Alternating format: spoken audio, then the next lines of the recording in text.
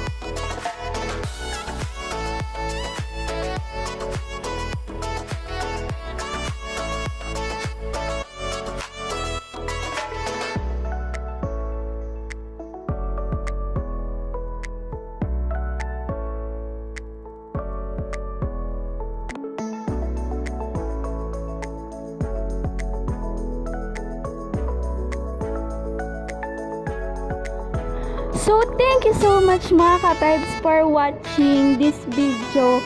Sana may tutulong kayo sa panibagong tutorial na ito.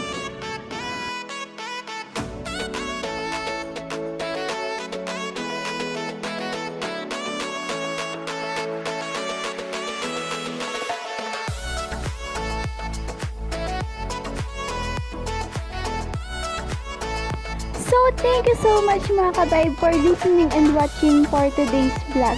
So, kung hindi pa kayo nakaka-subscribe, just click the subscribe button and also the notification bell para manatili kayong updated sa aking mga videos. Any comment or suggestions, just comment down below. Oops! Wait a minute mga ka-vibe.